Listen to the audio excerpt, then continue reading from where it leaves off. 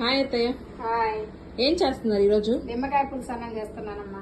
Okay, మీ అబ్బాయి బాగా ఇష్టమా? అవును, మా అబ్బాయి కోసమే ఇవాళ తింటాం. ఎలా చేస్తారు చూపిస్తారు మాకు కూడా అయితే. అమ్మా. ఓకే, నూనె కాగింది, ఆవాలు వేస్తున్నా, జీలకర్ర వేస్తున్నా. ఓకే, వేసారు అట్లా. ఓకే, పప్పు.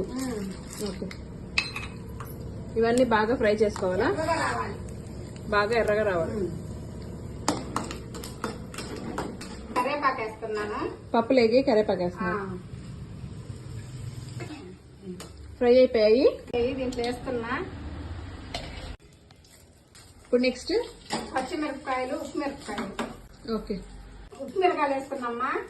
ఓకే, అన్ని ఇలా సపరేట్ సపరేట్ గా వేయించుకోవాలా? ఫస్ట్ పప్పుల్ని, తర్వాత ఇప్పుడు పచ్చిమిరపకాయలు. సపరేట్ గా. ఓకే, తర్వాత పచ్చిమిరపకాయలు ఫ్రై అయిపోయి ఇలా తీసి పక్కన పెట్టుకోవాలి. ఉప్పు మిరపకాయలు కూడా వేసానమ్మా. ఓకే, ఇప్పుడు నిమ్మరసం వేస్తున్నా. ఓకే,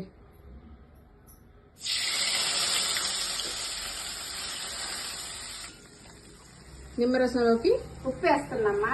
ఓకే, ఒక స్పూన్ పసుపు వేసా. నిమ్మరసము ఒక్క తెల్లు తెల్లిన తర్వాత తీసేయాలి, ఎందుకంటే చేదు వస్తుంది. ఓకే, ఇప్పుడు వేయించుకున్న పప్పులన్నీ దాంట్లో వేసి కలుపుతారా? మిరపకాయలు పప్పులు వేస్తున్నానమ్మా.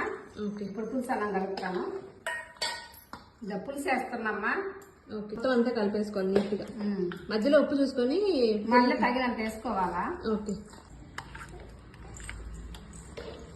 పులిహోర రెడీ. కొత్తిమీర వేస్తున్నామ్మా. ఓకే, కలిపేసానమ్మా.